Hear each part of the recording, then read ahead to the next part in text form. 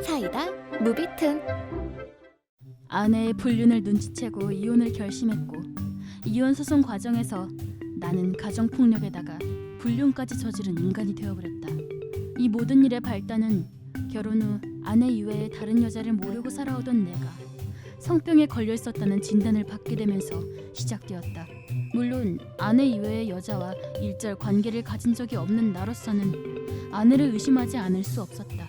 결국 흥신소에 의뢰해 집안에 몰래카메라를 설치했더니 아내의 불륜이 백일하에 드러나게 된 것이다. 다음날 나는 책상 위에 이혼 서류를 준비해 놓은 뒤 최소한의 짐을 챙겨 집을 나왔다. 그러자 얼마 지나지 않아 아내로부터 전화가 걸려왔다. 나한테 한마디 상의도 없이 이혼을 하겠다니, 이거 가정폭력인 거 알지? 집 나가는 것도 어디 다른 여자 생긴 거지. 다 알아. 이 여자가 뻔뻔하게 무슨 헛소리를 하는 건가 싶어 너무 어이가 없으니 웃음이 터져 나왔다. 그래서 이혼 서류에는 사인 못 하시겠다. 위자료도 없이 이혼이라니, 난 인정 못해. 그럼 소송 가야지 뭐. 할 테면 해봐. 이거 하나는 알고 있어.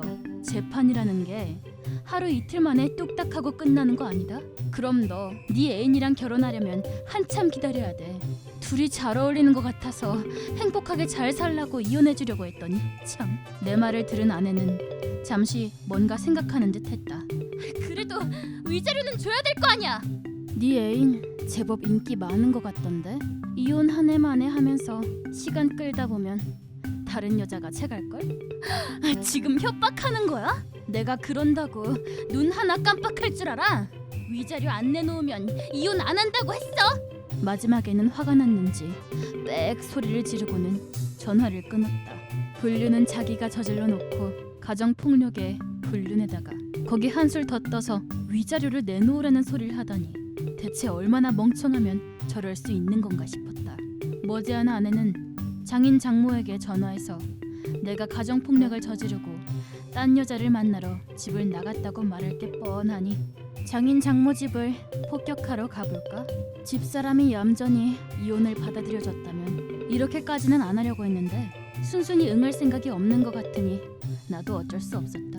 2시간 정도 운전해서 겨우 친정에 도착했더니 장인 장모는 분노가 채 가시지 않은 표정으로 나를 맞아주었다.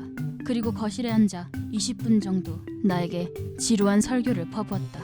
나는 아무 말도 하지 않고 그 울분이 가라앉기를 기다렸고 대충 평생 먹을 욕의 2배 정도는 먹었다 싶었을 쯤 내가 가져온 증거자료들과 함께 몰카의 영상을 보여드렸다.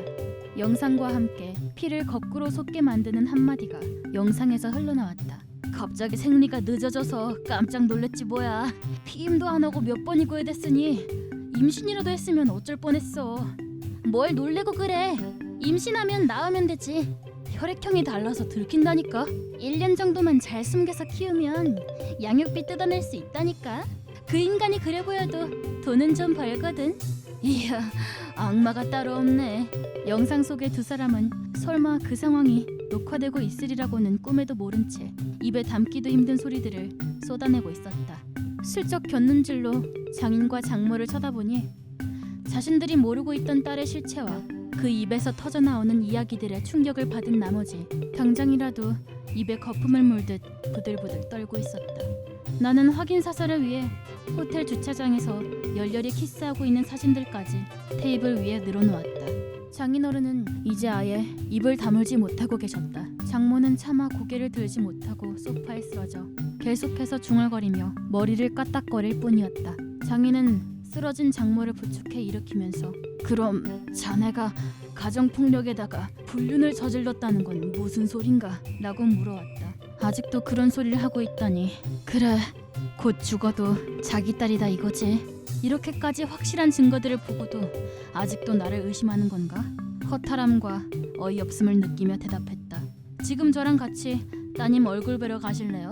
상처 하나 없이 얼마나 예쁜지 남자들이 가만두질 않는가 보던데요? 라고 비꼬았더니 드디어 상황 파악이 된 건지 현실을 받아들이기 시작한 건지 말을 잇지 못했다. 그리고 장인 장모에게는 나는 죽어도 이혼할 생각이며 다른 합의점은 안중에도 없다는 것과 상대방이 이런 식으로 나온 이상 제대로 소송을 걸어 끝장을 내겠다는 선전포고를 했다. 그러자 장모는 소리내어 울기 시작했고 장인은 이게 대체 무슨 일이냐 라는 소리를 몇 번이고 되풀이해서 중얼거릴 뿐이어서 더 이상 대화는 힘들겠다고 판단되어 증거자료의 복사본을 탁자 위에 두고 집으로 돌아왔다. 결국 마지막까지 장인 장모는 나에게 사과조차 건네지 않았다. 자식은 부모의 거울이라더니 부모가 저 모양이니 딸도 저렇게 컸지. 다음날 아내에게 이혼 서류 작성은 끝났는지 확인하려 전화를 걸었더니 대뜸 화를 내며 전화를 받았다. 내가 어제 친정에까지 가서 폭로전을 벌인 결과 장인 장모와 아내 사이에 엄청난 싸움이 벌어진 듯했다. 그쪽이 거짓말을 퍼뜨리니 나로서는 진실을 폭로할 수밖에 없었고 재판이 열리면 네가 했던 거짓말과 지금 하는 이런 행동들까지 모두 증거자료로 제출하겠다고 아내에게 엄포를 놓았더니 좀생이 구두쇠 자기 여자를 돈 한 푼 안 주고 내쫓겠다는 거야 지금? 라고 울부짖으며 무슨 말인지 알아들을 수 없는 소리를 해대길래 전화를 끊었다. 그리고 나서 대체 어디서 어떻게 들은 건지 아내의 친구들로부터도 공격이 들어왔다. 우리 회사로 전화를 하지 않나, 나에게 전해달라며 메시지를 남기질 않나. 내용을 보면 물론 아내가 만들어낸 헛소리를 곧이곧대로 믿고 하는 행동들인 게 눈에 보이기도 했고 내 개인적인 사정으로 회사 업무에까지 피해를 줄 수 없다고 판단했기에 약속을 잡고 만나서 이야기하기로 했다. 약속 장소에 나온 것은 평소 집사람과 자주 몰려다니던 친구 A와 B. 만나자마자 대바람의 친구 A가 여자를 울리다니 남자가 어떻게 그럴 수가 라며 틀에 박힌 헛소리를 하기 시작했다. 보나마나 쟤들 머릿속에서는 90% 아니 100% 내가 나쁜 놈이 되어 있을 거라고 예상하고 만난 거긴 한데 초장부터 저러니 그냥 상대를 하지 말아야겠다고 생각해서 그 자리를 떠나려고 했는데 친구 B가 일단 무례를 사과하며 나를 잡았다. 걔가 하는 말 그거 진짜 아니죠? 라며 작은 목소리로 물어오길래 이야기나 한번 들어보려고 다시 자리에 앉았다. 그러나 진상을 듣고도 바람 한 번쯤 피울 수도 있는 것 아니냐며 친구 A가 잠이 덜 깼는지 헛소리를 계속해댔고 증거 자료를 전부 보고도 남자가 쪼잔하게 그걸 용서 못해주느냐는 소리만 고장난 녹음기처럼 되풀이하고 있었다. 우리 집사람의 불륜 상대가 네 남편이라도 네가 그렇게까지 자비심이 넘치는 헛소리를 짓거릴 수 있느냐는 말이 목구멍까지 올라왔지만 어차피 그렇게 물어봐야 제정신이 박힌 대답이 돌아올 것 같지도 않았기에 도로 삼켰다. 그건 그렇고 모든 사실을 알고도 내가 나쁜 놈이고 용서를 모르는 비정한 인간이라는 소리를 되풀이해대는 꼴을 계속 보고 있을 수는 없었기에 너희랑은 더 할 말 없고 너희들이 뭔데 남의 집안 문제 이래라 저래라야 라고 버럭 화를 내며 자리를 박차고 일어났다. 물론 내가 일어난 뒤에도 그 둘은 멈출 줄 모르고 삐약삐약 거리고 있었으니 아마 조금 있다가 집사람이랑 또 만나서 지들끼리 소설을 쓰든 뭘 하든 하겠지 싶었다. 이런저런 일들로 정신적 피로감이 극에 달한 어느 날 갑자기 장인어른에게 전화가 와서 이번 일로 여러 가지로 미안하다며 사과를 하셨다. 나로부터 아내의 불륜에 관해 듣고 나서 시간이 좀 지난 후 어느 정도 냉정을 되찾고 나서 우리 집으로 가보았더니 자기 딸이 불륜남과 같이 지내고 있는 걸 보았다고 했다. 게다가 초인종을 눌렀을 때 얼굴을 내비친 것이 불륜 상대였다는 기가 막힌 상황에 나에게 들었던 이상으로 심각한 상황이라는 것을 깨달으시고는 자기 딸이어도 용서해서는 안 될 문제라고 판단하셨다고 한다. 집 나간 건 그 사람이잖아! 라며 뻔뻔한 소리를 하는 자기 딸을 보며 장모님이 완전히 이성을 잃으시고는 불같이 화를 내시며 머리끄덩이를 잡아채기까지 하는 대소동이 이어졌다고. 두 사람을 겨우 떼어놓은 후 장인어른께서 그래 사위가 폭력을 휘둘렀다며 맞은 데 좀 보자 라고 물으시니 맞은 적은 없는데? 언어폭력도 폭력이라고! 라는 대답에 사위가 했던 말이 전부 사실이구나 라고 완전히 심증을 굳히시고는 그럼 바람 피운 년을 칭찬이라도 해주길 바랬냐? 라고 버럭 화를 내시니 또 집사람의 히스테리가 시작되어 대화 불가능의 상태가 되었다고 한다. 될 수 있는 한 자기 딸의 말이니 믿어주고 싶었으나 눈앞에 펼쳐진 한심한 상황과 뻔뻔한 태도로 모든 것을 파악한 장인은 나에게 사죄의 전화를 걸어야겠다고 마음먹게 되셨다고 한다. 장인어른은 자네 말을 안 믿고 되려 자네를 나무라기까지 했으니 내가 입이 10개라도 할 말이 없네. 전화 너머로 들려오는 장인어른의 목소리가 처량하게 느껴지기까지 했다. 장인 장모와는 이걸로 잘 끝난 듯했고 남은 건 이제 아내뿐인데 정작 그 아내라는 인간은 제대로 대화가 되는 상대가 아니었기에 결국 변호사를 대동하고 집으로 쳐들어가게 되었다. 현관을 열자 불륜남의 구두가 놓여 있었다. 오, 이거 마침 잘 됐네요. 라며 싱긋 웃는 변호사의 모습이 그렇게 든든할 수가 없었다.